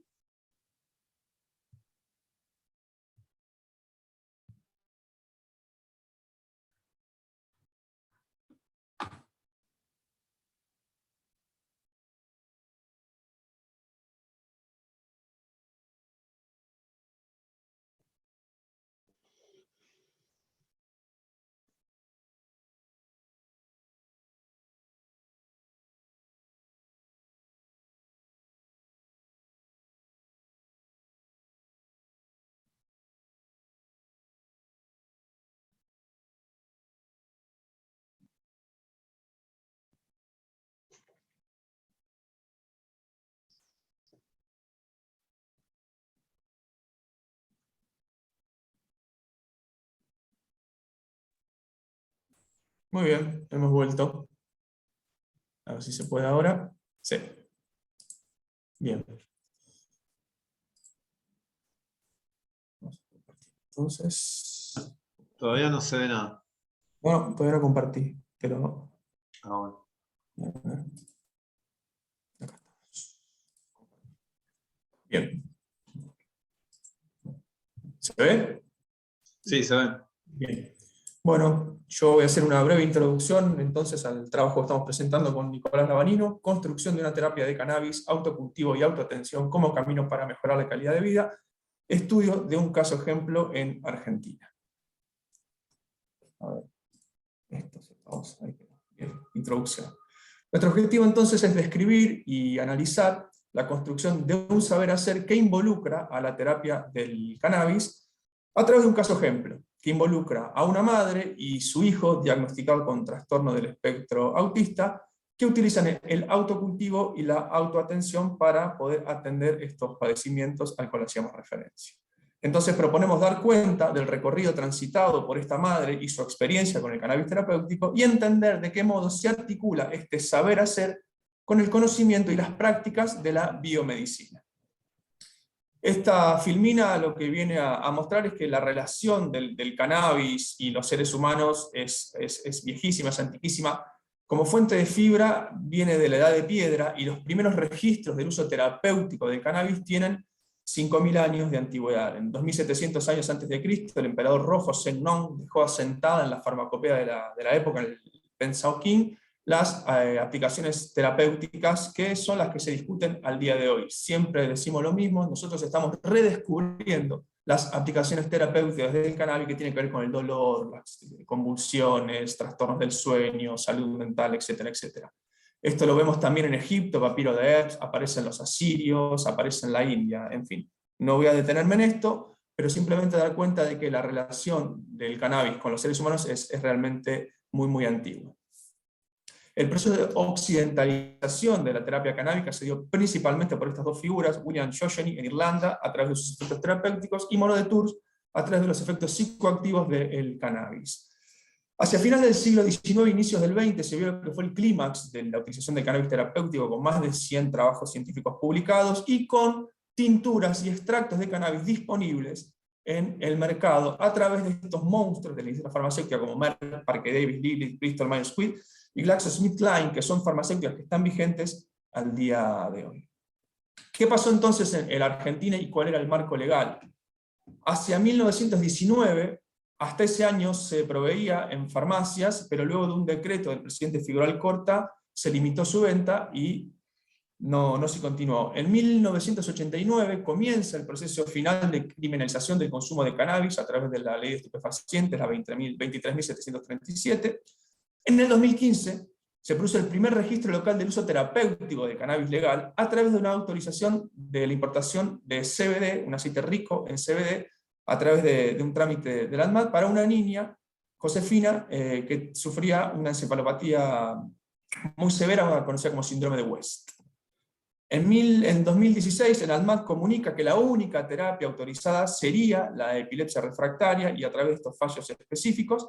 Y finalmente, en el 2017, se sanciona la ley 27.350 de investigación médica y científica del uso de cannabis, de la planta de cannabis y sus derivados, que no habilitaba el cultivo por parte de la población, pero sin importación de estos aceites a muy alto costo a través de estos trámites burocráticos que hacíamos referencia al ANMAT. En realidad vino a complejizar lo que antes era un poco más sencillo.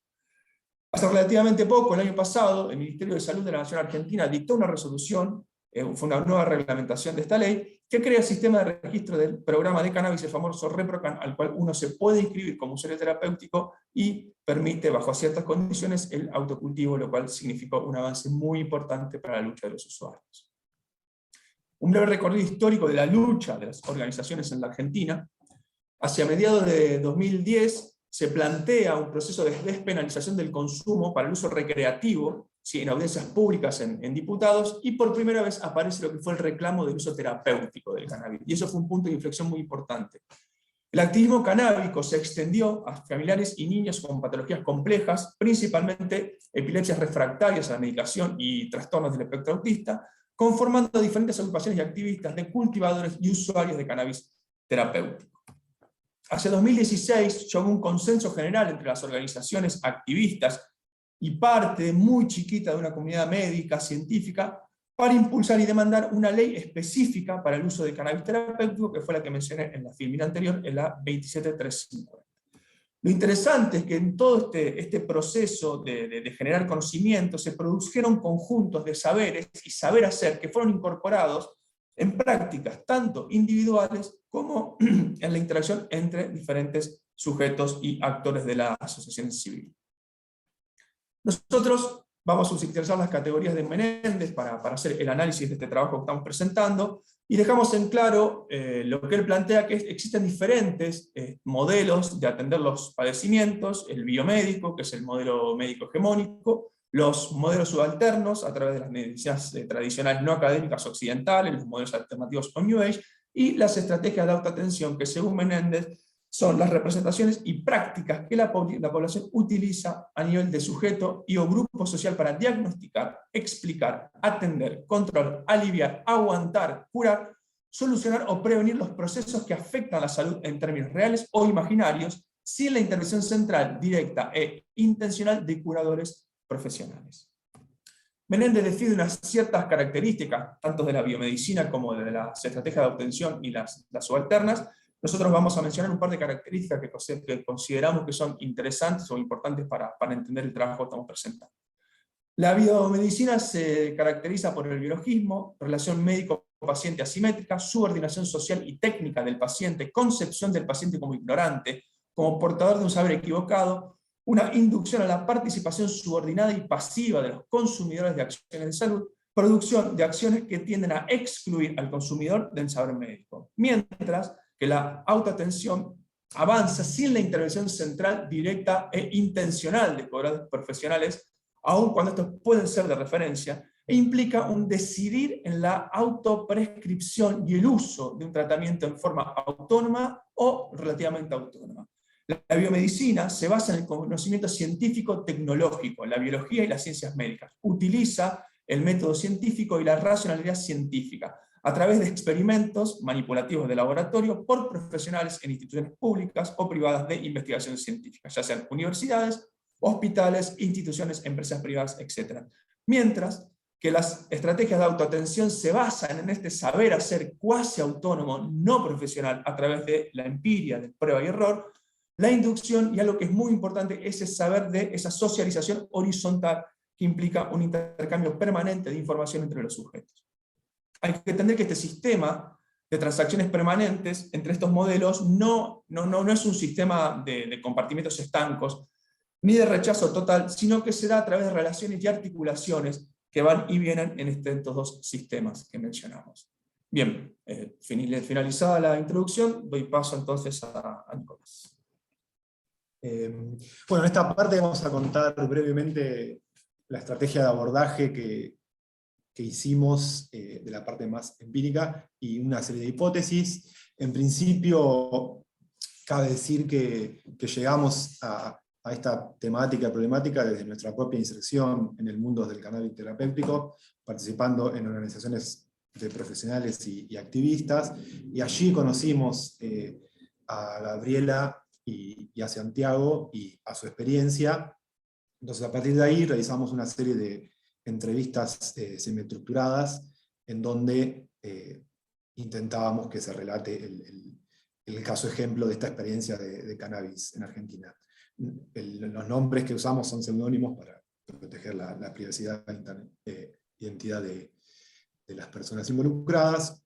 Así que eso, luego como hipótesis guía, que en este caso no son hipótesis en el sentido de las ciencias naturales a ser corroboradas y contrastadas, sino que funcionan como una especie de guía del análisis que vamos a hacer. En principio, proponemos que el autocultivo y terapia de cannabis implica esta construcción de un saber hacer desde la propia experiencia cotidiana de los sujetos, a partir de prueba y error, y socialización horizontal del conocimiento o del saber, y que constituye una forma de autoatención en el sentido de Menéndez, y muy importante, que mejora la salud de las personas, siendo además eficiente.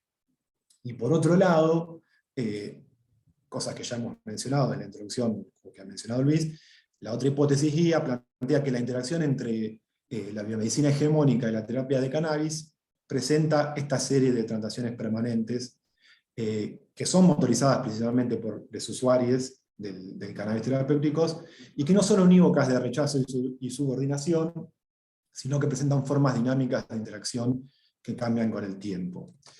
Luego, pasando ya a las entrevistas y a las cosas que ha contado de su experiencia Gabriela y demás, la hemos separado en 4 aspectos. En principio, mencionar que Gabriela, Santiago y su familia viven en un municipio de la zona sur del conurbano bonaerense, como señaló Luis antes.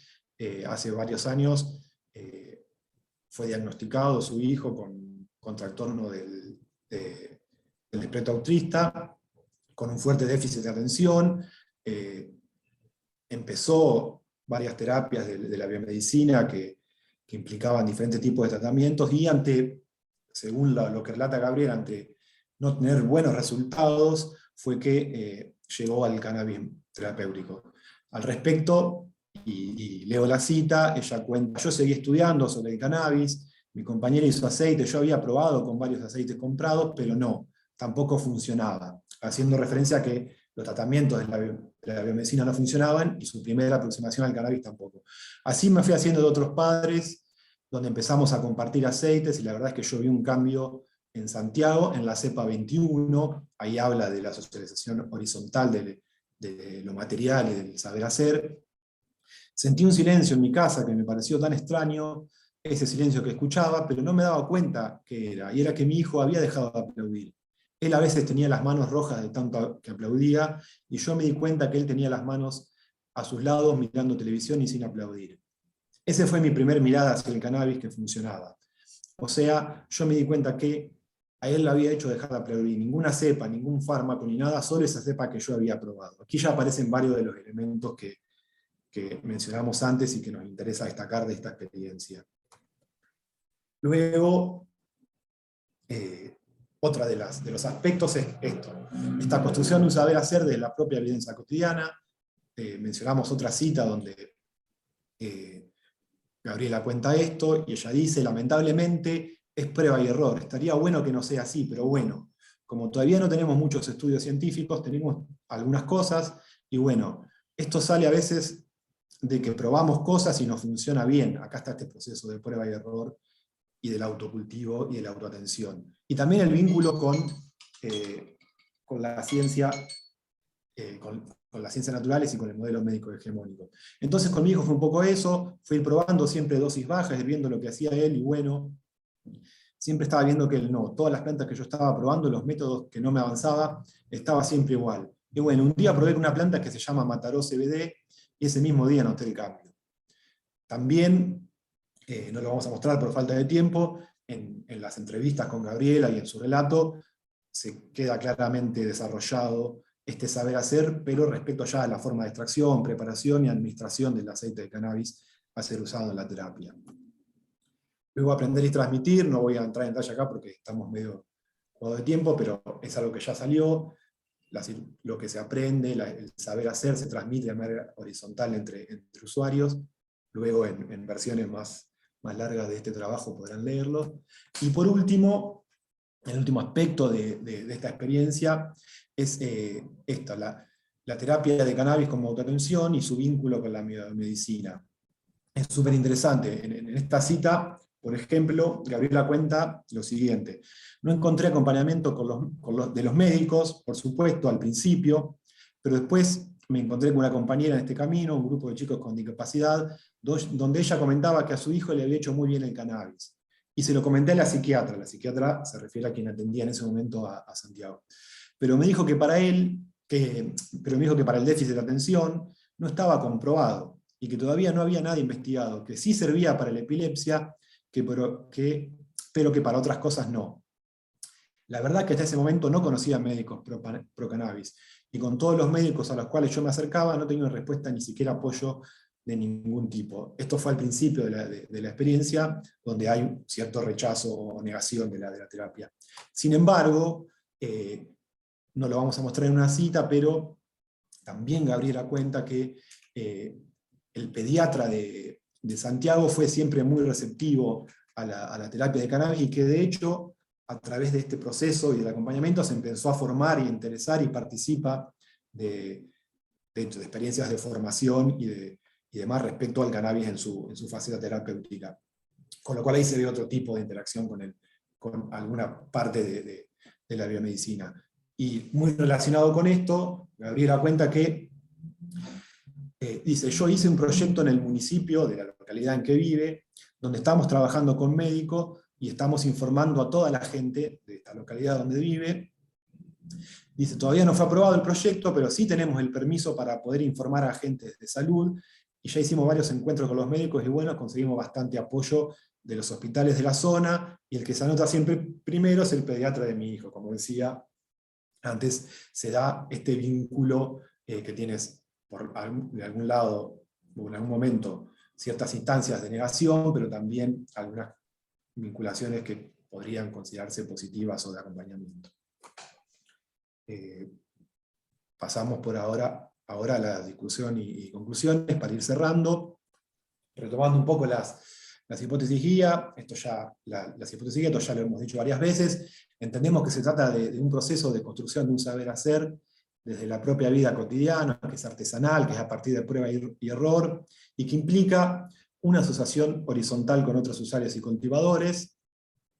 Luego, esta terapia de cannabis a la que hemos llegado a través del caso ejemplo que mostramos, la escribimos en el modelo de autoatención, en el que se encontraban Gabriel y Santiago, cuando fue Santiago diagnosticado con el trastorno del espectro autista, y sobre todo también, según mencionaba Gabriela, con la cuestión de déficit de atención. Y algo muy relevante, que entendemos que es importante siempre destacar, es que la terapia funciona, según lo que relata la experiencia de Gabriela, y muchas otras que también circulan, para mejorar la salud y la calidad de vida, no solo en este caso de Santiago, sino también del entorno familiar con el que convive. Respecto a la segunda hipótesis guía muy breve, porque ya lo hemos dicho, se dan entre este modelo de autoatención, o esta forma de autoatención, relaciones permanentes con la biomedicina hegemónica, y muy importante, que es motorizada por los propios usuarios, porque también hay otras formas de interacción donde son motorizadas de arriba hacia abajo por la biomedicina, que no es unívoca de rechazo y subordinación. Y para ir a modo de conclusión, para ir concluyendo, queremos decir que el caso ejemplo aquí mostrado forma parte de otros recorridos similares, en donde se relatan experiencias de madres que realizan terapias para atender los padeceres de sus hijas, terapias de cannabis. Y que este caso ejemplo puede funcionar como un punto de partida para una indagación sobre estos recorridos biográficos y sociales de personas, grupos y agrupaciones que se dedican al uso del cannabis para el tratamiento de problemáticas de salud. Dos puntos más que nos gustaría mencionar es que, teniendo en cuenta todo esto que vimos, y sobre todo esto último, de que si bien mostramos un caso ejemplo, parece ser que esto está extendido a muchos otros recorridos, se vuelve entonces ineludible que se jerarquice el saber hacer no profesional producido en la terapia de cannabis. Y otro punto muy importante es destacar el aspecto del autocultivo de la planta para realizar estas terapias. Porque ya que este aspecto del autocultivo es clave para evitar los intentos de mercantilización que seguramente ocurre y van a ocurrir por parte de la biomedicina hegemónica, y potenciar esta acción de salud que tiene un valor terapéutico alto y costos bajos para los individuos, o incluso podría ser para instancias estatales. Así que con eso terminamos. Muchas gracias.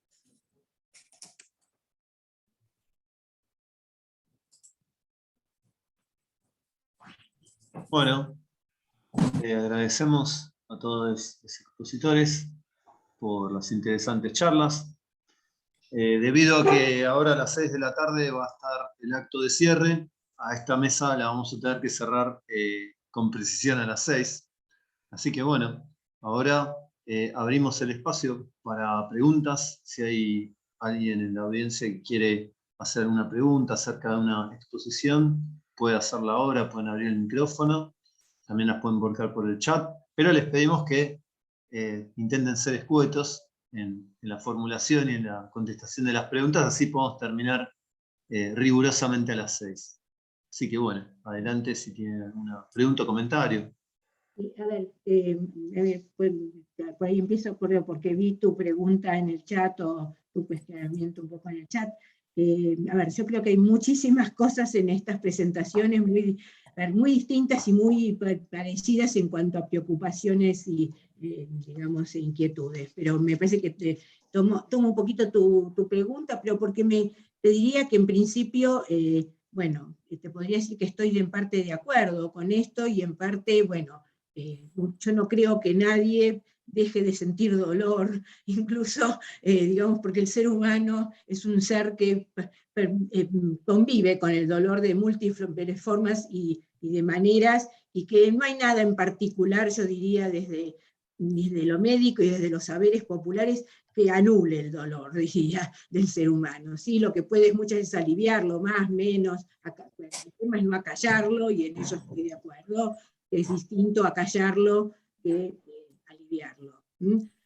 Pero eso, por un lado, pero Federico, la verdad que a mí, en realidad, es casi como que me causaba gracia que vos hicieras este comentario, porque a mí lo que me interesaba, en parte, un poco, a pesar de que pues, de muchas de las cosas que vos comentaste, no las entiendo porque no las sé directamente, pero sí me interesaba por esto que vos planteabas en cuanto a lo impredecible y el desorden, ¿no? Y el tema que particularmente de la incertidumbre, y cómo en realidad, en relación justamente al tema que me preocupa, el tema de la pandemia, de la depresión, digamos, si uno podría hacer algún tipo de estos estudios que vos planteás como para poder, es decir, ser predecibles o poder generar algún tipo de predictibilidad como para no...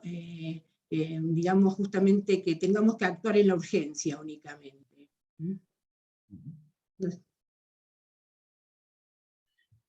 No sé cómo ordenarnos. Bueno, yo diría que si no hay más preguntas que estén por el chat, simplemente liberemos los micrófonos. Yo aprovecho para contestarle un poco a Alicia. Por ahí como la di muy rápido a la charla, bueno, no pude explicar bien. se trabaja mucho en hacer modelos para intentar predecir lo más posible. Y muchas veces se puede predecir. Hay mucho sobre eso, no solo por las pandemias y ese tipo de cosas, sino también, por ejemplo, por el estudio de la bolsa, los mercados de valores. Se trabaja mucho en estudiar cuán volátil es una serie de datos. En la bolsa es súper importante. Por ejemplo, si analizás el Bitcoin, es súper volátil. A la mañana sube, a la tarde baja, a la noche vuelve a subir. Es decir, en el día a día tenés unas fluctuaciones tremendas. Sin embargo, bueno, ahí está la ciencia de la predictibilidad, ¿no? En el caos encontrar un orden para extraer información no trivial. Entonces muchas veces sí se puede.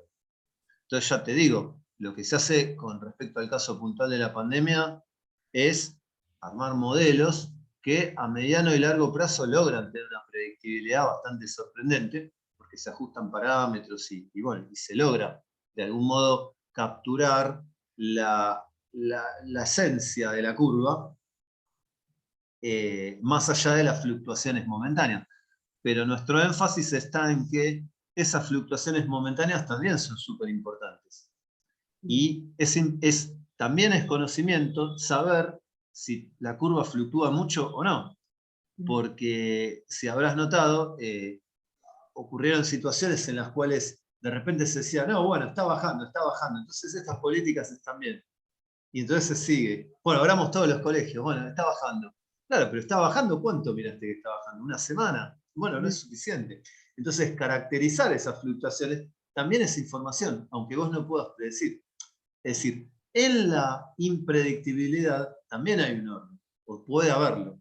Si lo hay, uno tiene que ir a buscarlo para tener esa información, porque uno tiene que saber cuáles son los plazos de esas fluctuaciones, ¿no? Entonces, bueno, ese es un poco uno de los objetivos, ¿no?, de nuestra investigación, intentar caracterizar esas fluctuaciones, que es muy difícil. Por eso lo conté, porque es un estudio medio fringe. No conté, por ejemplo, el reporte técnico que hicimos porque era mucho más estándar.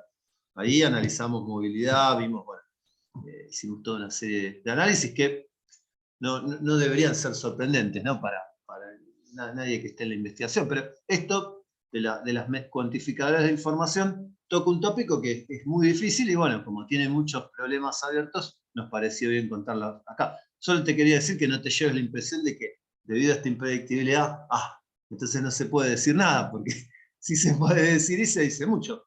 Pero es importante tenerlo en cuenta a la hora de tomar decisiones de dominio de alcance público, porque ya viste lo que pasó, que por ahí se decía, bueno, está bajando, abren todo y de repente empieza a subir de vuelta con todo y sostenidamente, es decir, de forma predecible, porque hubo un brote. ¿Se entiende? Bueno, no sé, es para hablarlo un montón, pero dejo espacio para otras observaciones, preguntas. Gracias.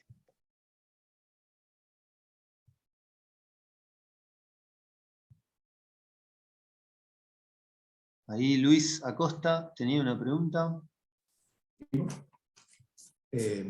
Sí, yo más que pregunta tenía algunos comentarios que estoy anotando sobre las diferentes posiciones, que bueno, fue muy interesante y una gran heterogeneidad de temáticas, de abordajes y de preguntas y respuestas. Pensaba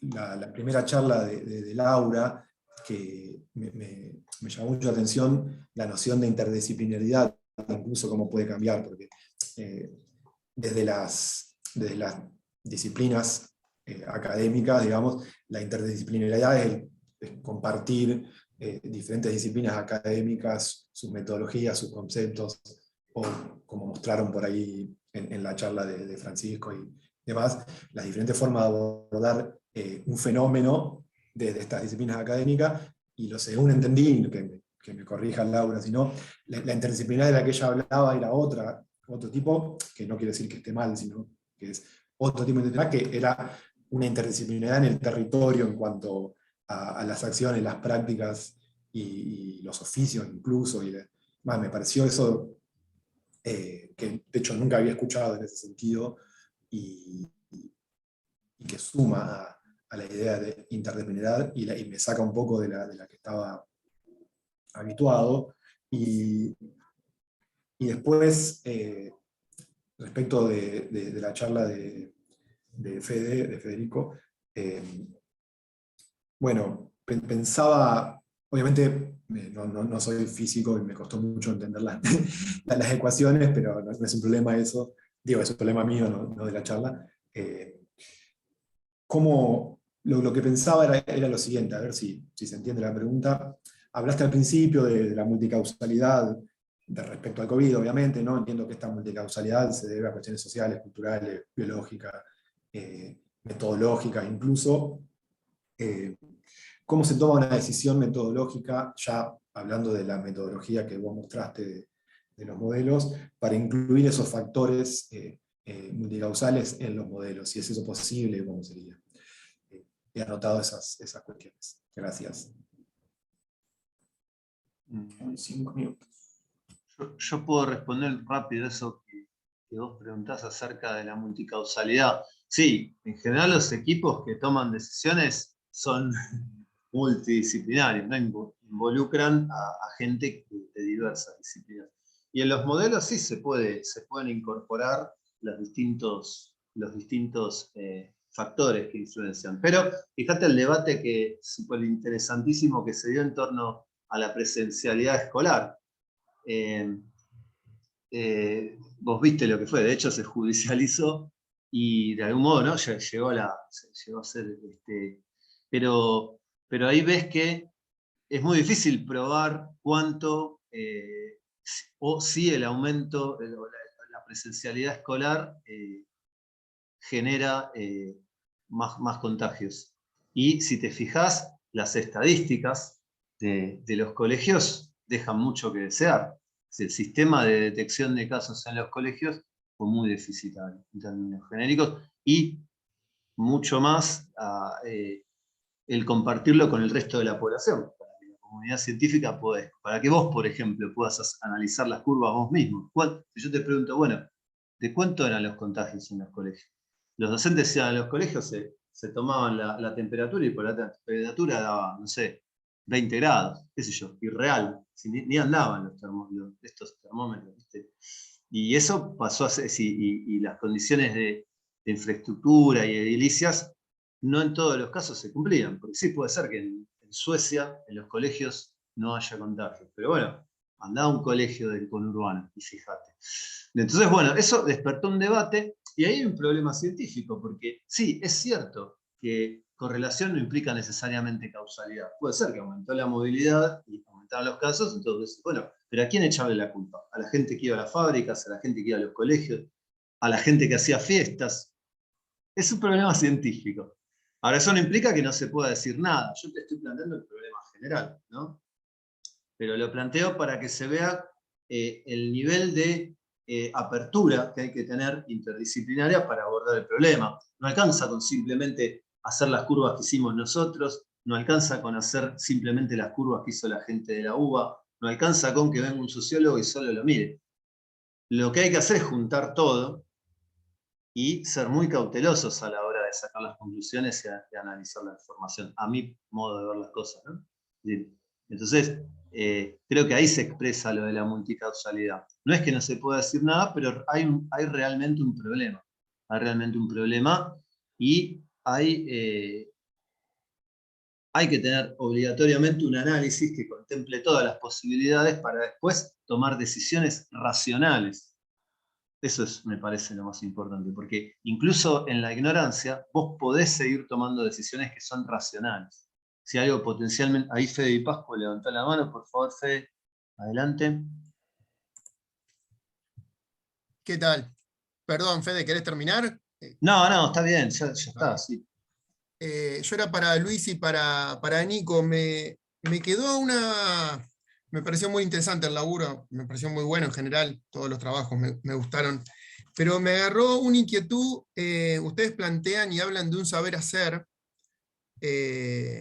y lo vinculan con una idea de prueba y error, como una práctica asociada de prueba y error.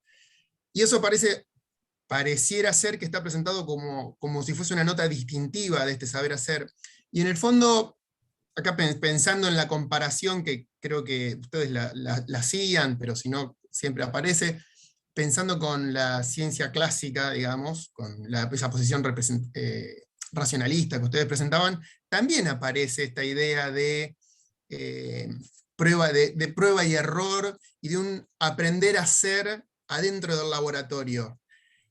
Y también aparece ese, con pares académicos, pero aparece también esa cuestión. Entonces, eso me quedo pensando si alcanza como nota distintiva para caracterizar este otro tipo de conocimiento que ustedes están trayendo, y que en principio lo considero valioso. Eso como una pregunta. Y la otra que me llamó la atención es que al final en la presentación hablan de jerarquizar este tipo de saberes. Y me quería preguntar si jerarquizar es una palabrita, o es valorarlos. ¿Se trata de valorizar este saber porque está desvalorizado, o están pensando en efectivamente meterlo adentro de una jerarquía? Porque tiendo a pensar que en realidad las jerarquías habría que disolverlas. Por eso la pregunta. Pero no sé si es un término elegido anecdóticamente o está implicando una posición.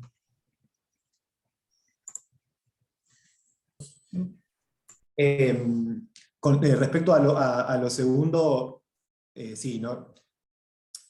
Es más anecdótico, no pensamos tanto en las implicancias políticas de decir jerarquización y valorización, al menos yo, y después Luis dirá lo suyo si tiene alguna. Pero bueno, sí, apuntaba a algo más general de valorizar este tipo de prácticas, o de saber hacer, o de producción de saber, digamos, o de construcción de saber. Es cierto que las jerarquías tienen su problema. Y después, respecto a lo otro que decís, sí, yo acuerdo que en el método científico, en la construcción de conocimiento científico también sucede lo de prueba y error. La cuestión es que en la versión que circula, o en la versión hegemónica, o como están los manuales, o como supuestamente se aplica el método científico, eso no estaría, en el sentido de prueba y error como algo medio a ciegas y más lúdico, o más difícil. Y también es porque algo que es más bien algo que salió de las entrevistas con Gabriela. Nosotros entendimos que ella, cuando hablaba de prueba y error, y ahí ya viene nuestro análisis, se refería a eso, a algo de, bueno, yo voy haciendo lo que voy probando y viendo cómo sucede, sin una hipótesis atrás, sin un marco teórico, sin una metodología. Pero bueno, es un proceso que evidentemente también sucede en la experimentación en el laboratorio del método científico. Y no sé si llega a funcionar como nota distintiva, pero sumado a todas las demás, entendemos que sí, y sobre todo, a nuestro entender, por cómo lo usaba, es eso, el decir prueba y error, la propia persona que había realizado la experiencia terapéutica, era algo diferente a lo que es prueba y error en el método científico. Quizás habría que explicitarlo más, pero bueno, eso. No sé, Luis, si querés agregar.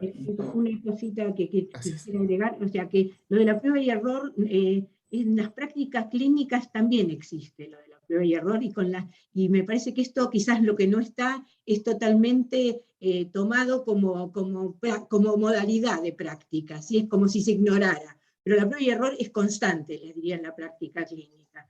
Y por otro lado, lo del saber hacer, a mí me parece muy interesante, porque me parece que tiene que entrar dentro de lo que es interdisciplinario, y les diría, bueno, digamos un poco por una nueva actividad, que es que estoy en la Universidad de José C. Paz en el inicio de una carrera de medicina que se inicia de otro modo, con otra óptica, y en donde se trabaja directamente con la comunidad y con el saber comunitario.